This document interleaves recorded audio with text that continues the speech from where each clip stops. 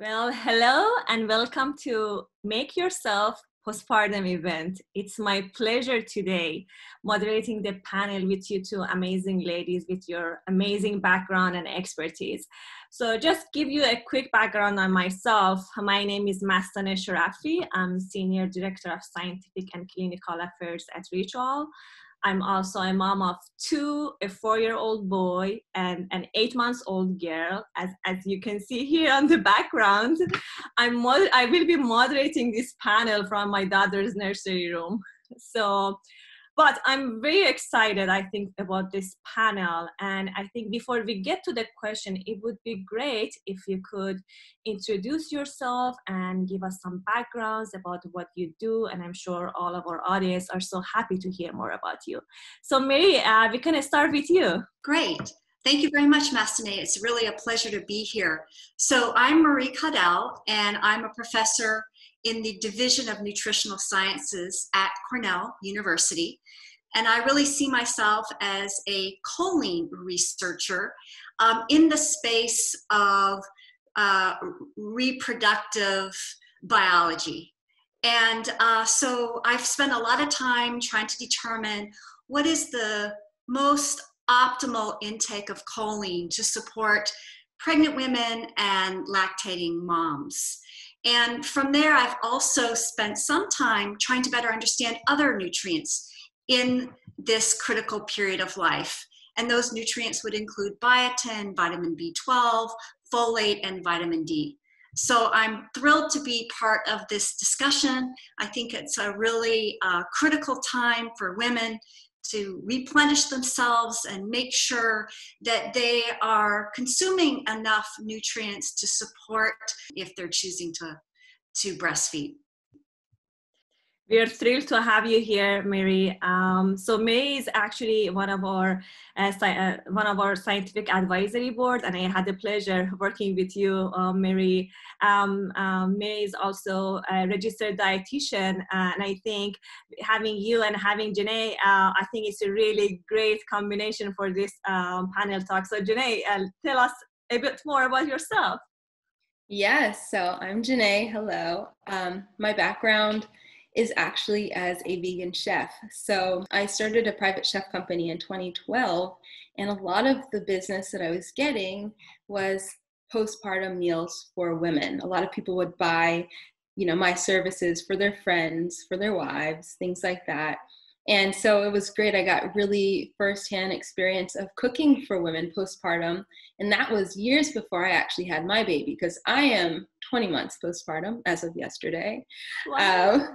And still breastfeeding quite a lot.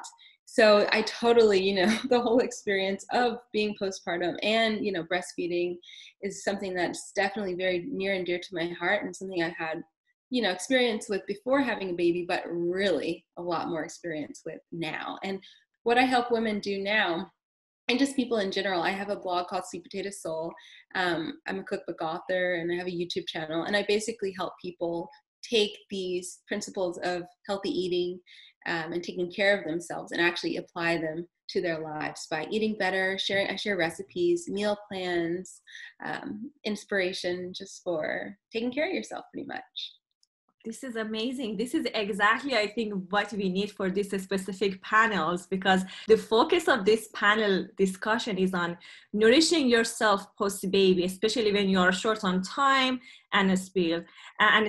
And I'm personally very passionate and very interested in postpartum health and postpartum nutrition. And I think you two ladies, you're also mom, and your work has been associated with postpartum health. I think you guys are very passionate about this topic too. To me, the reason I got very interested about this topic, in addition to being a mom, is that women postpartum are one of the most underserved population. When even you compare it with the pregnancy, when women are pregnant, they are like queen bee. The focus are on them, they're taking care of themselves. But right after they give birth, immediately after they give birth, all the focus is on the needs of the new baby. Even the mom's focus, all her attention is on the new baby and the needs. And totally makes sense, it should be. But we sometimes neglect the needs of the mothers, and I think this panel can really help, especially when it comes to the nutrition. So I think we can start with the first question. I talk about like pregnancy versus postpartum, the change in the focus and attention.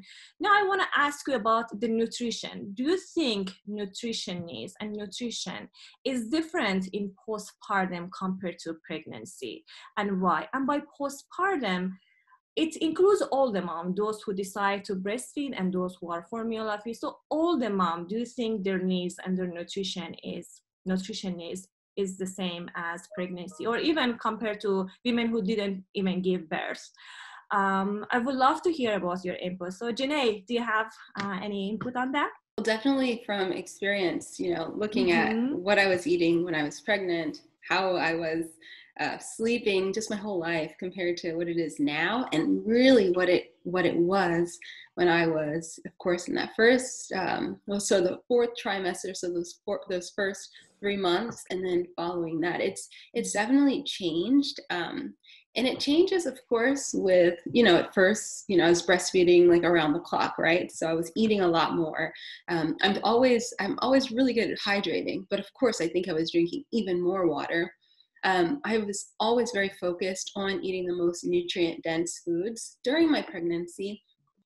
And I think that part of the reason was the fact that I was prioritizing the most nutrient-dense foods that I could get my hands on. So, of course, things from the market and just, as many plants and things as possible. But, of course, breastfeeding definitely has taken more of I don't want to say a toll, but it's made me focus a bit more on making sure I'm eating more food, make sure I'm not just eating things that are going to pass through me quickly, but things that are going to keep me full for longer. So of course, things that are higher in fiber and protein. And for example, I eat a lot of chia seed pudding now, which is just so filling. And it's got the omega-3s, it's got protein, it's got the fiber, it's got calcium, it's got all this great stuff. So that's how I think a lot these days. I'm thinking, I want something delicious. I want it to be quick, of course, but it also has to really fuel me because I'm breastfeeding this baby and I'm working full-time and I'm her full-time mom. So it's a lot on my plate. Absolutely. And I think at the beginning when you give birth, this is a crazy sense of craving that you have, that and when you ask like women who give birth, like what was the most delicious meal that you ever had, many of them like recognize the first meal they had after giving the birth because of the sense of craving, which is really crazy. That was my first experience. So like, oh my God, that sandwich, that was the most delicious sandwich ever. I never thought about that, but that is totally true. I never thought about it. Which is crazy. So I think like what you were saying, I was doing the same thing with like chia and like protein, fiber, like because I was like craving so much. Yes. And I think there are so many amazing foods that you can try, and I'm sure Mary has a lot of good suggestion on that as well. So Mary, what's your notes? Exactly. I'm gonna take the notes too. So about the question first, Mary, what do you think about the differences between postpartum versus pregnancy? And do you think if there is any difference, and why? Sure. So I think most of us recognize that during pregnancy, there is this huge demand for all nutrients that are going to support fetal development. And so not only during pregnancy are we using more of these nutrients to support development, but we also excrete more of these nutrients. And that's partially due to an increase in our blood volume. So we're losing more nutrients in our urine during pregnancy. And we're also, for some nutrients, breaking them down more. So really those three things, degradation of nutrients, greater use of nutrients, and greater loss of nutrients, really does increase the requirement for a broad range of these nutrients. Now, during the postpartum period, we have two things to think about. First, that it is very likely for many of the nutrients that we have depleted mom's stores. And so during that postpartum period, we're going to be wanting to replenish and replete what mom has lost during the pregnancy period. There's definitely a greater demand for nutrients in that postpartum period as compared to a woman who has not given birth. And that's not always well recognized, but Very that's true. certainly the case. I remember I was looking at like the recommendation, Mary, on like women who give birth. You have the recommendation for women who are lactating, even though there are not many studies on women who are lactating either, but they are like good enough to like know about like, okay, what are the higher demand. But when you look at the postpartum women in general, regardless of breastfeeding, or those who are formula feeding, there are some studies, but definitely we need more research. That's why I think, again, women postpartum are one of the most underserved population, and hopefully I think we raise more awareness and we will have more demand in this area, so we could have more research and more guideline. I think it's a really interesting life stage, and it deserves more. So I think we all agree on the pregnancy, postpartum, and those who don't give birth. These are different life stages with different needs. And I wanted to get more information on like the food recommendations. May, you're a dietitian, and Janae, you're a chef. Do you have any specific food recommendation, any easy food that we could prepare even after you give birth, or even before you give birth? You can have them ready and you can take them after you give birth. Just wanted to hear more about your tips and recommendation on that. Janae, do you have any recommendation?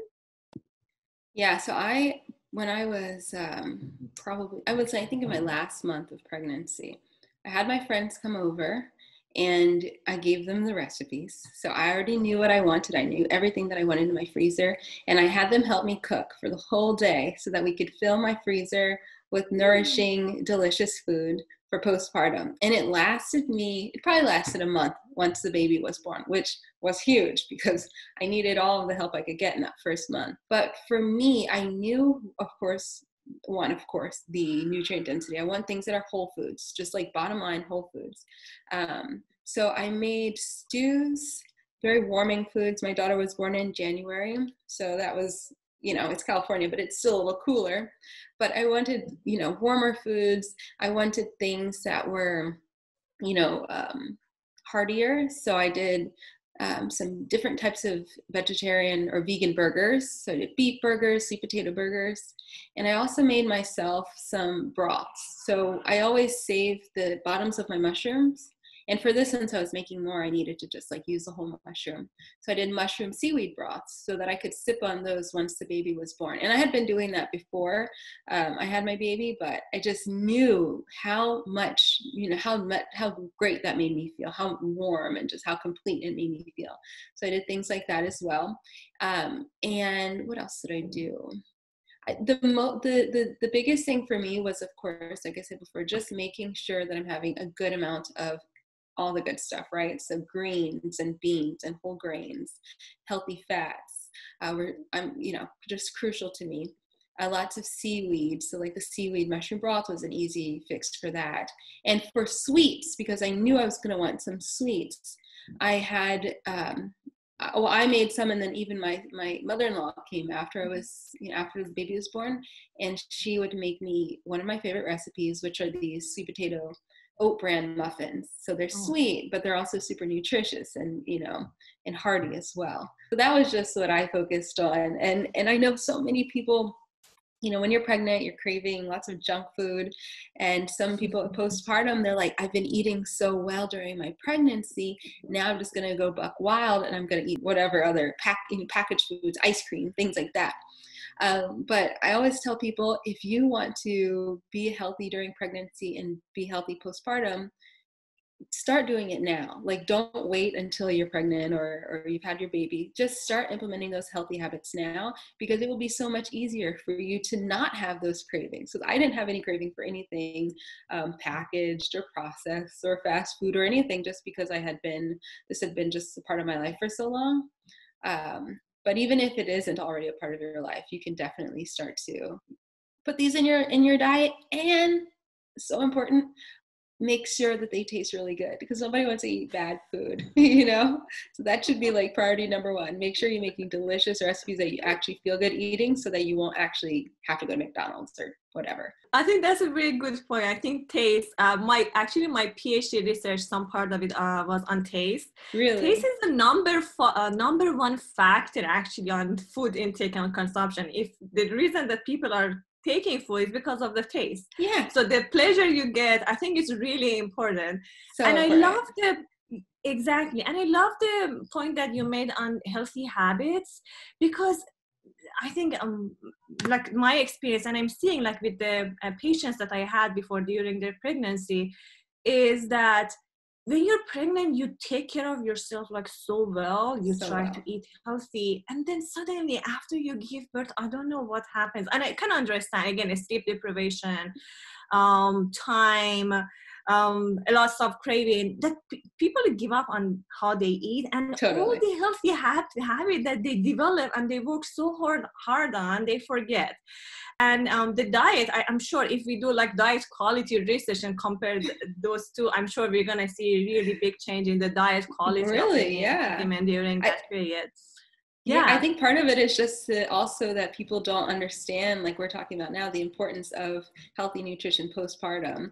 I think you think, I grew this baby, the baby's outside of me now, even if I'm breastfeeding or not, you know, they're just like, it's outside of me. I can get back to my old ways. So I don't think like we're saying, we don't talk about this postpartum demographic is very underserved. So I think a lot of people just don't have that knowledge yet. Yeah, exactly. It's very interesting. And and I like that you mentioned about the all food groups. I think that's another thing that we sometimes forget. Even we eat healthy, we forgot to include all the food groups. And I think Mary, you can provide a lot of interesting feedback on like the food that are like really important during this period of time, and from your perspective as a dietitian as well. I would love to hear. So yes, I'll remind everybody that I'm a dietitian and not a chef. So I'm not going to be able to speak so eloquently to all of these different recipes or dishes.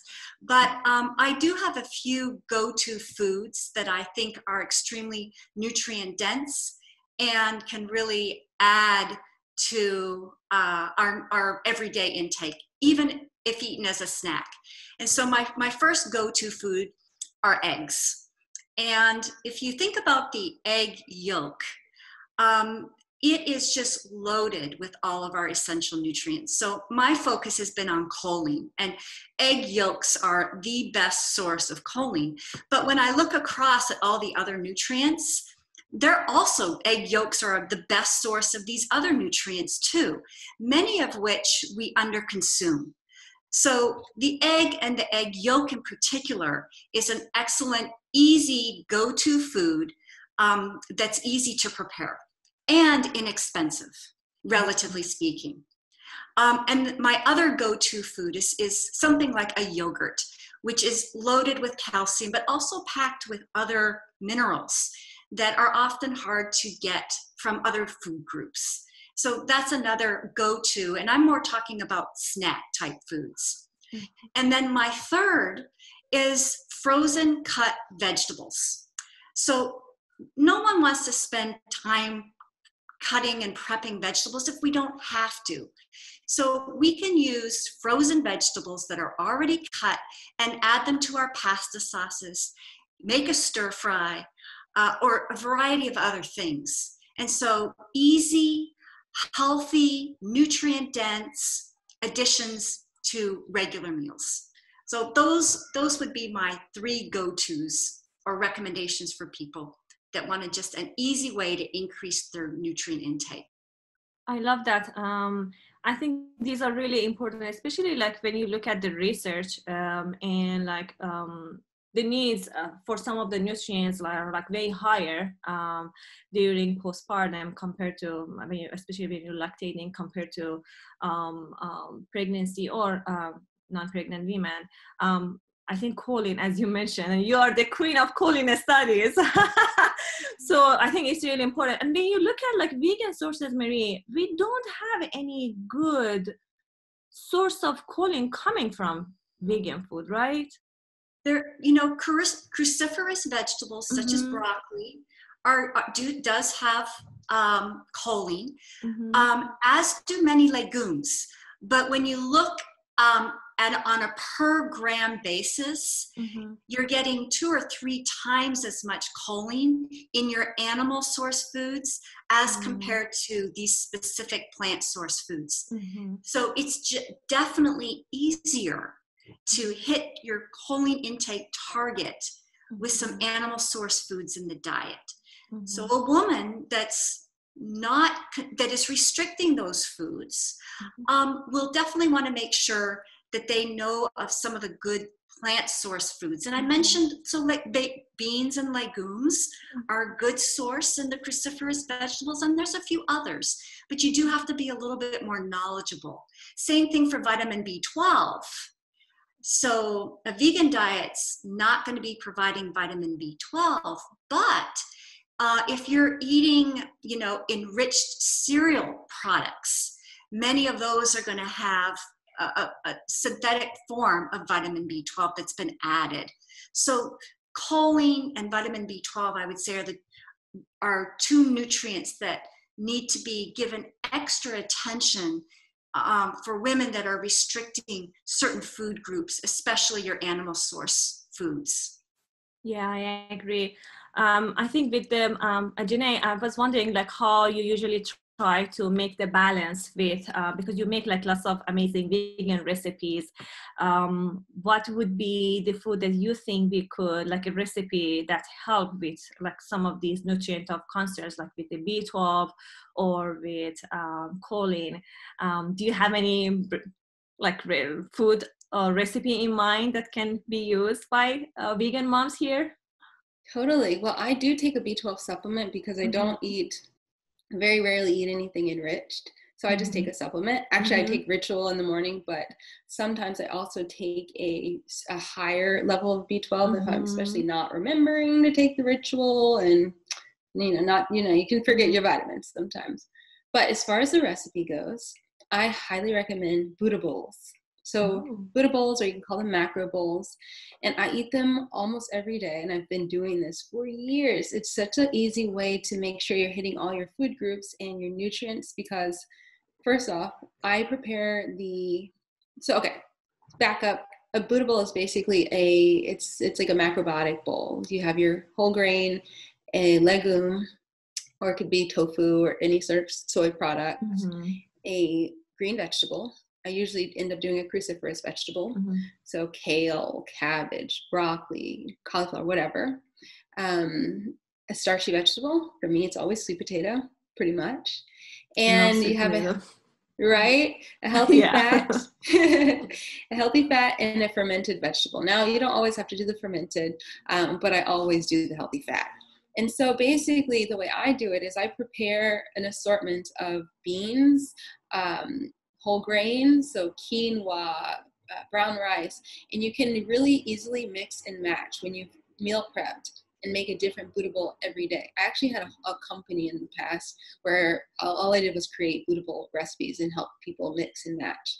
But that way you can make sure you're getting plenty of legumes, which are just so essential and important, the healthy fats, the whole grains, and your vegetables. And it just looks so beautiful. It's a very colorful way of eating. I always tell people to, think of a rainbow when you're putting together your meal. And having a Buddha bowl is just so easy. And like I said, the combinations are endless, so you can never get bored eating this way.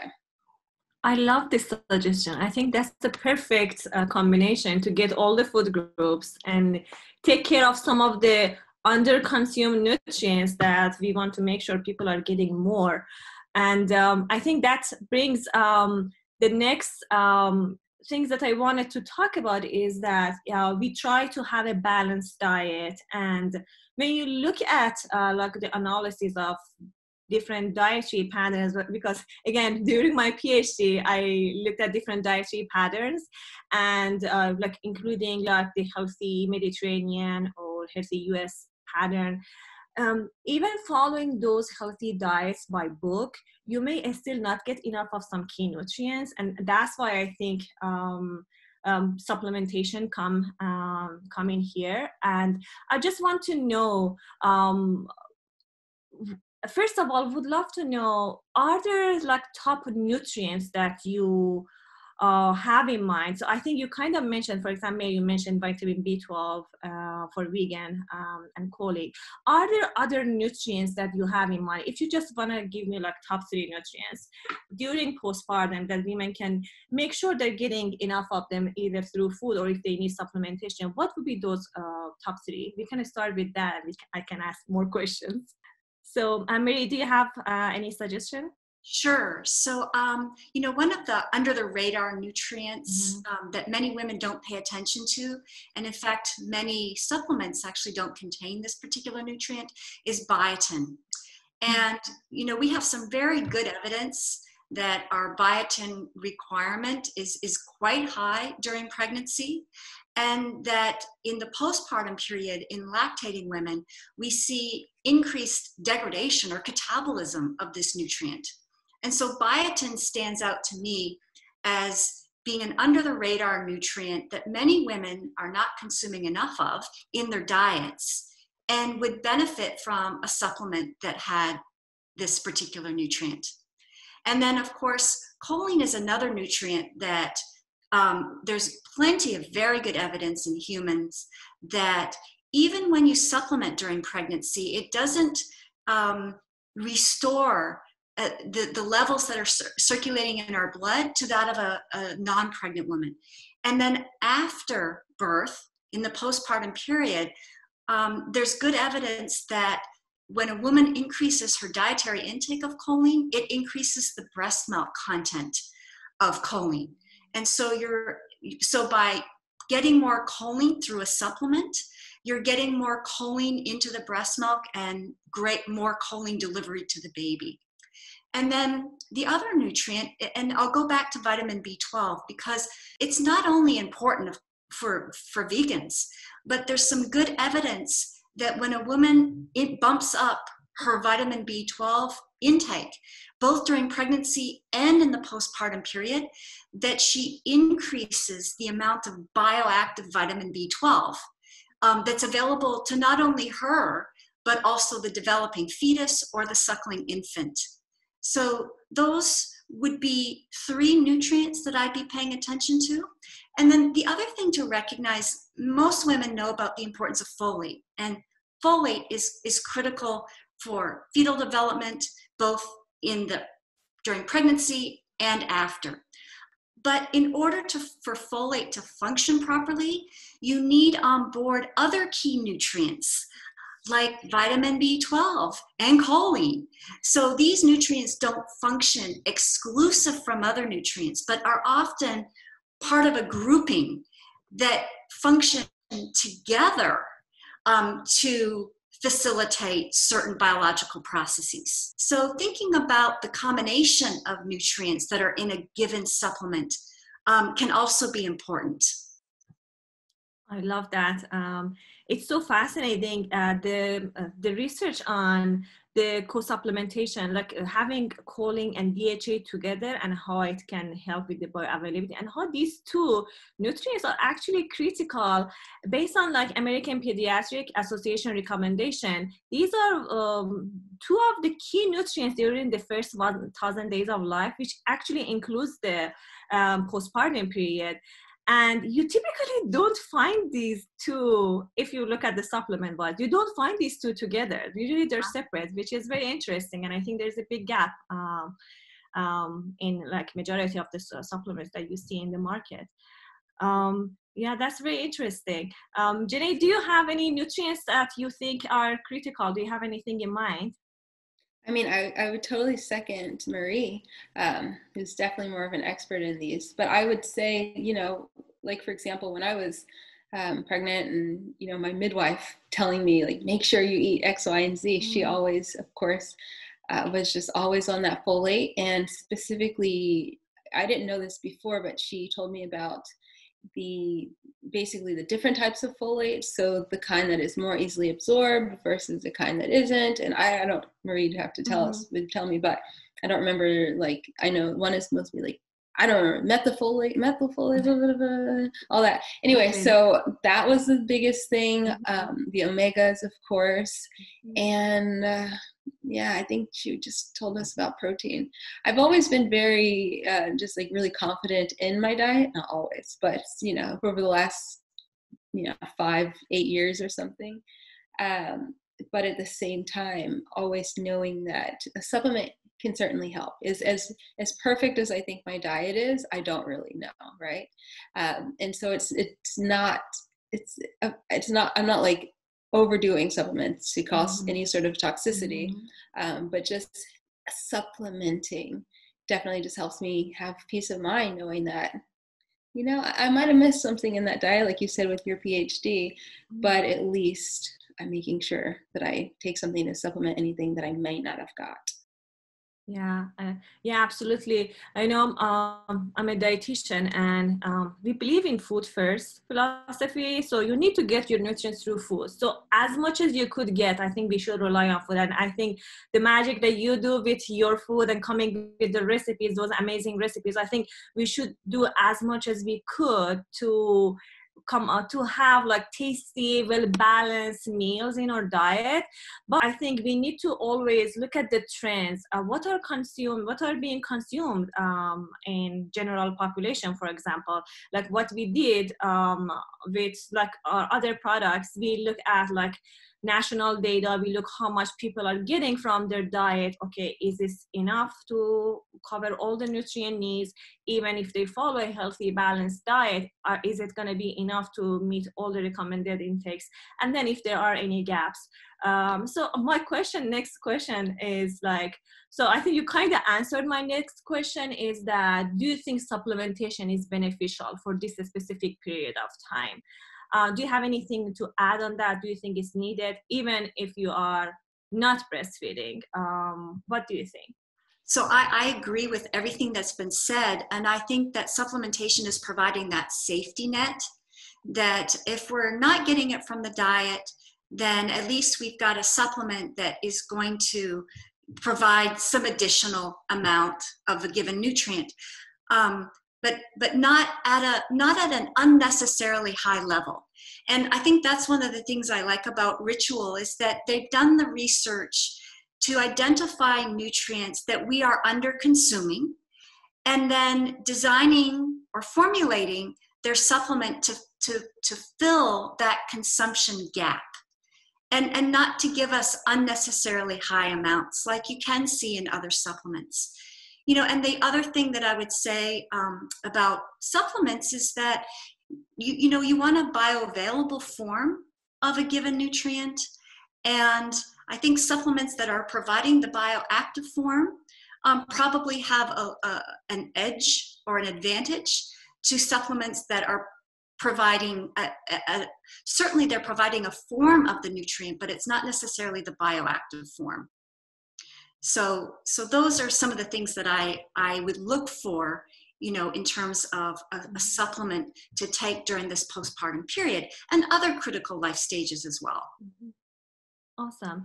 Janae, do you think, what do you look for actually in a supplement? You mentioned that you think it's good to take, there are like some nutrient subconcepts, but what do you think makes a good supplement?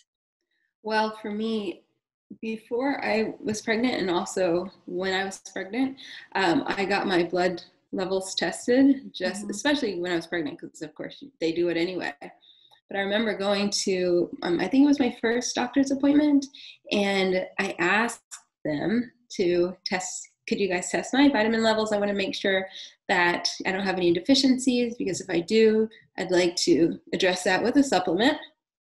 And they're like, we don't do that. And I just couldn't believe it. They said, we can do it, like with your request, but you have to tell us exactly what you want us to look for, to test for, which blew my mind, because here I am, just sure, I'm a vegan chef, but I'm not a nutritionist. And so I had to scramble to say, okay, well, can you test my B12? Obviously, I'm vegan, so please test B12, vitamin D, and I can't remember the other ones that I had them test. I think they already do test folate, but you know, I can't remember what else I requested. But so those were the ones that I had the most concern over. I ended up being deficient in vitamin D. I was already taking a supplement, but I spoke to my midwife after that, and she advised me to take a little bit more vitamin D because I don't know, I guess I wasn't spending enough time outside. But so getting my blood levels tested was super helpful in giving me an understanding of where I even had any deficiencies. And you know, I could have been fearful that I wasn't getting enough B12 and I need to take so much more, because you could buy, you know, the supplements with huge amounts. But knowing that I wasn't deficient at all helped me realize that, okay, I'm good. I don't have to stress over that. So that's what I did, and it did help me have peace of mind. I think what you mentioned is very interesting, because I took another prenatal because Ritual wasn't there during that time, but I wasn't taking any multivitamins in myself, even though I knew I needed some nutrients, but I was taking like different individual supplements because I didn't want to overdo, and I knew that there are so many nutrients that I was already getting enough of from my diet. Like, why do I need to take them, pay for them, and then pee them out? That's what usually people say. So that was limiting. But on other hand, there are so many nutrients that you don't need to, and there are some nutrients that you actually need, and they're not in the vitamins, which is so crazy. Like, you look at prenatal, like that's Mary's area. Choline is one of the most important nutrients during pregnancy and during postpartum period. It's very under-consumed. When you look at the needs for pregnant women, lactating women, it's 550 milligrams per day. And when you look at the diet, it's really a small amount of it we're getting from food. And there is a big gap. These prenatal that we are giving people, many of them don't have it. Majority of prenatal vitamins, or they don't have DHA, which is very important. Omega-3 fatty acid for during prenatal period and postnatal. And I think another thing is that there is not much postnatal, and I think there is a specific need during this life stage that is not actually similar to the needs during pregnancy. But when you go to your OBGYN, to your doctor, they typically recommend continuing with your prenatal, which kind of doesn't make sense, especially with the new dietary guidelines. They were raising concerns regarding continuing taking prenatal that have high dosages of iron, because there are some prenatal that have like high amount of iron, and after you give birth, you honestly don't need that much iron, and taking that for as long as you're breastfeeding, which in your case, Jenny, it's taking 20 months, and people are continuing taking the prenatal with high dosages of iron for a long period, we don't know about. It's not going to be, it's very concerning, and we don't know about long term. And I don't know, Mary, do you have any information on that?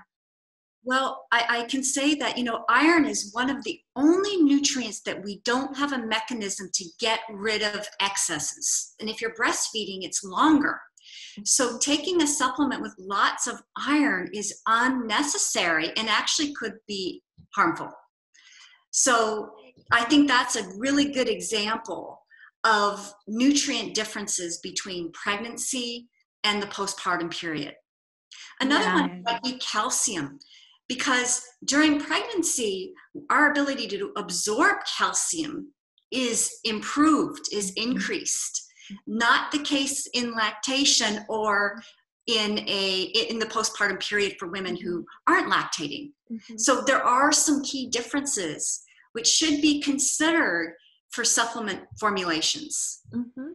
Yeah, I agree. I think there are like changes, and also when you look at pregnancy to postpartum, there are some needs during lactation that is higher, like iodine. I love, Jenny, that you mentioned you were taking seaweed because it's a good source of iodine, and it's Yeah. a concerning nutrient for vegan, especially because there are not many sources for iodine, and I think seaweed is a good one. And there is like a specific recommendation when it's coming to pregnancy and lactation to make sure that women are getting enough iodine, and they're recommending supplementation of iodine during these 2 period, I think, which is very critical. So there are like differences, which totally makes sense, and I'm very excited about like coming with a new product that can support women during that specific life stage. Well, I think we covered majority of the questions, and before I close the panel, I was wondering if you have anything to add, any resources you recommend, and or any part of the discussion you found more interesting that you want to highlight, any takeaway. Mary, do you have any? I think we've covered a lot, but I want Janelle's cookbook. So, me too. Yeah. So I've got to get that cookbook. Yes, Janelle. You do. So I've got to find you. You'll have to share how to get your cookbook, because I love the recipes you were describing. Thank you. Makes me very hungry.